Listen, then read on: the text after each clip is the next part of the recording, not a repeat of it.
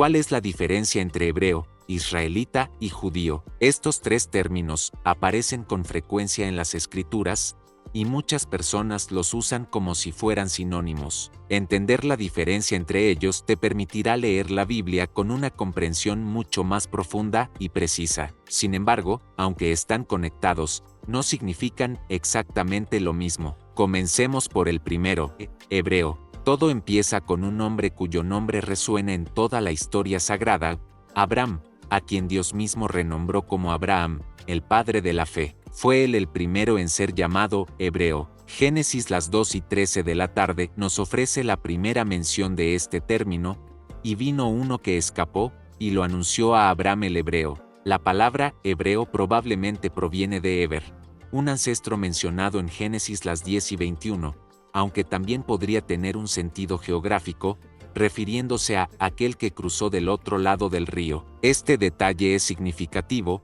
ya que Abraham salió de Ur de los Caldeos, en la región de Mesopotamia, y cruzó el río Éufrates rumbo a la tierra prometida por Dios. Así, el término hebreo comienza como una designación de origen y no de religión o nación. Desde esta perspectiva, ser hebreo era, en los tiempos más antiguos, una forma de identificar a Abraham y a sus descendientes, no tanto por su fe aún en formación, sino por su linaje y lugar de procedencia. Algunos ejemplos claros de personajes bíblicos identificados como hebreos: Abraham, el primero en recibir este título, considerado el patriarca de la fe y el iniciador del pacto con el Dios único. José, hijo de Jacob, vendido por sus hermanos y llevado a Egipto, donde fue reconocido como hebreo por los egipcios. Génesis 3 las 9 y 14. Moisés, nacido en condiciones de opresión en Egipto, pertenecía a la tribu de Leví,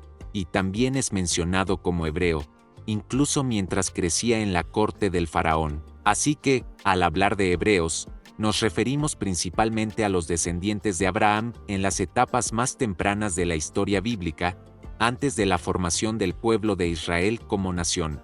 A medida que la historia sagrada avanza, llegamos al segundo término, israelita. Abraham tuvo un hijo llamado Isaac, y este, a su vez, fue padre de Jacob. Fue precisamente Jacob quien vivió uno de los encuentros más impactantes y transformadores registrados en la Biblia. En Génesis 3 las 2 y 28, después de luchar con un ser celestial toda una noche, Jacob recibe un nuevo nombre directamente de Dios. Tu nombre no será más Jacob, sino Israel, porque has luchado con Dios y con los hombres, y has vencido. A partir de ese momento, Israel se convierte no solo en el nuevo nombre de Jacob, sino en el nombre que representará a toda su descendencia. Jacob tuvo 12 hijos, y cada uno de ellos dio origen a una de las 12 tribus de Israel, marcando el nacimiento del pueblo de Israel. Los israelitas, entonces, son los descendientes de Jacob,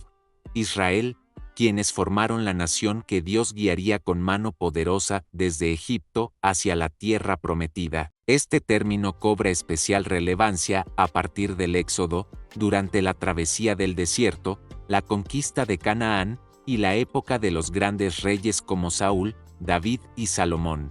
Mientras que hebreo designaba el origen, israelita ahora representaba una identidad nacional y espiritual. Los israelitas eran los herederos del pacto, el pueblo escogido que recibía las leyes de Dios, el maná del cielo y la promesa de una tierra que fluía leche y miel. Ejemplos notables de israelitas en las Escrituras: Josué, de la tribu de Efraín, sucesor de Moisés, fue quien condujo al pueblo en la conquista de Canaán. David, israelita de la tribu de Judá, fue ungido como rey y es considerado un antepasado directo del Mesías. Elías, el profeta del reino del norte, confrontó con valentía a los profetas de Baal y desafió la idolatría reinante. Habitó la tierra prometida y fue testigo del poder de Dios en la historia. El nombre israelita, por tanto, no solo es una referencia genealógica, sino también un símbolo del pueblo que recibió la ley.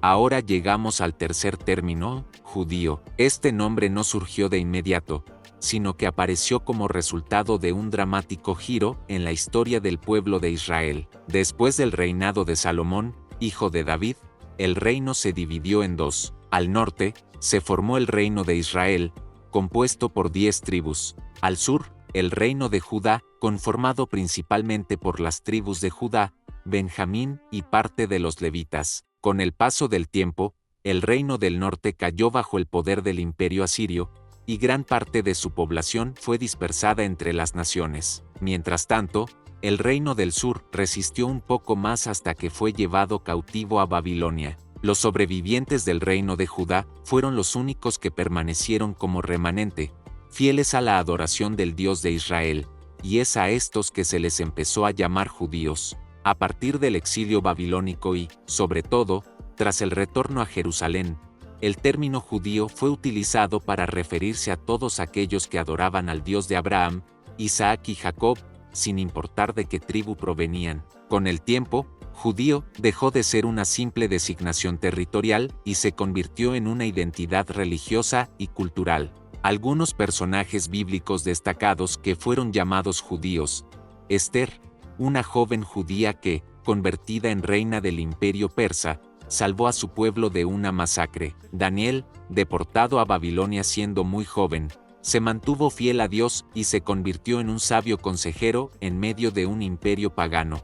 Jesús, nacido en Belén, criado en Nazaret, descendiente de la tribu de Judá, vivió plenamente según las costumbres y la ley judía. Es el cumplimiento de todas las profecías mesiánicas del Antiguo Testamento. Hoy en día, el término judío es el más común para designar a los descendientes de este pueblo, especialmente aquellos que siguen la fe judaica y las tradiciones del Antiguo Testamento. Pero entender su origen histórico es clave para no confundirlo con los términos hebreo e israelita. Y tal vez ahora te preguntes, ¿es posible que una misma persona sea hebrea, israelita y judía al mismo tiempo? La respuesta es sí, y no solo es posible, sino que era bastante común.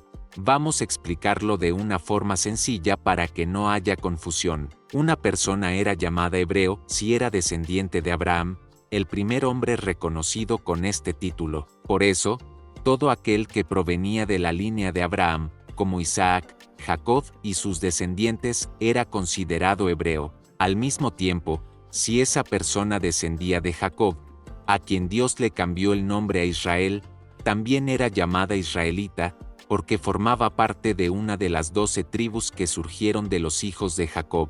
Y sí, además, vivió durante el periodo posterior a la división del reino, especialmente si era parte del reino del sur.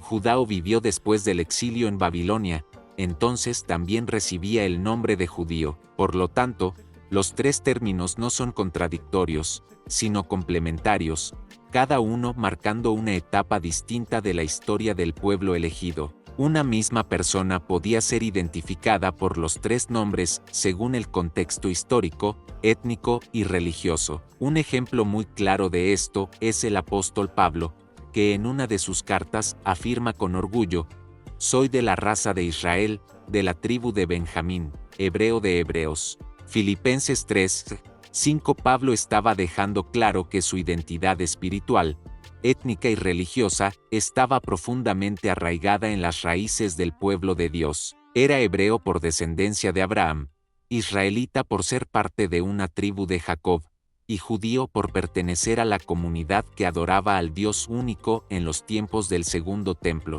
Pero el ejemplo más completo y poderoso es el de Jesucristo. Él fue hebreo, porque descendía directamente de Abraham, el padre de la fe; israelita, porque provenía de Jacob, de la tribu de Judá, una de las 12 tribus; judío, porque nació y vivió en la región de Judá, guardó la ley, fue circuncidado al 8º día, y participó plenamente en la vida religiosa de su pueblo. Jesús encarnó en sí mismo las tres identidades, cumpliendo no solo la herencia genética, mas también la misión espiritual del pueblo escogido. Entonces, sí, un mismo hombre podía ser hebreo, israelita y judío al mismo tiempo, y entender esta distinción no solo nos ayuda a comprender mejor la historia bíblica, sino también a valorar la riqueza y profundidad de la identidad del pueblo de Dios a lo largo de los siglos, porque cada uno de estos términos representa no solo una genealogía o una nacionalidad,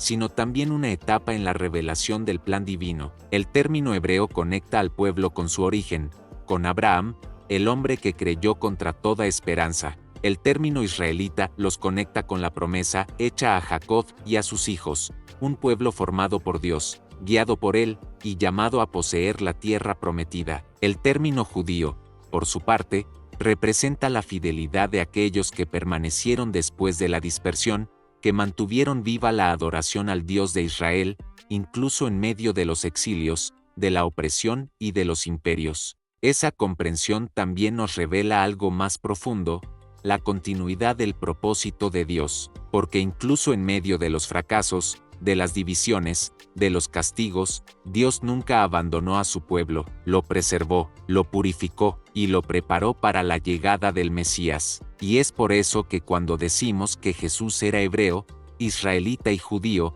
no estamos solo afirmando un dato histórico, estamos proclamando que Él era la plenitud de la promesa, la encarnación del pacto, el cumplimiento de la profecía. Su identidad conecta el pasado con el presente, une la fe de Abraham con la esperanza de Israel y con la resistencia del judaísmo que sobrevivió a siglos de pruebas. En él se encuentran todas las promesas cumplidas, en él convergen los tres nombres, y en él encontramos nuestra salvación. Compártelo con alguien que necesite ver la Biblia con nuevos ojos. Así que, la próxima vez que veas en la Biblia las palabras hebreo, israelita o judío, recuerda que no son sinónimos vacíos. Cada uno encierra una historia, una etapa del plan eterno de Dios, una identidad que va más allá de una nacionalidad.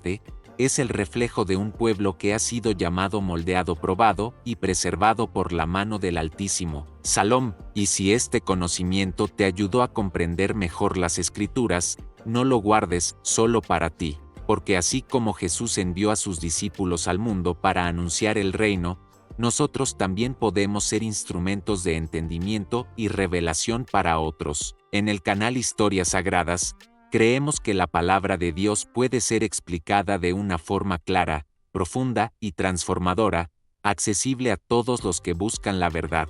Por eso, si deseas recibir más enseñanzas como esta, que iluminan las Escrituras con simplicidad y poder, síguenos, activa las notificaciones y acompáñanos en esta jornada espiritual. Que el Señor te bendiga, te guarde y te dé entendimiento. Hasta el próximo video.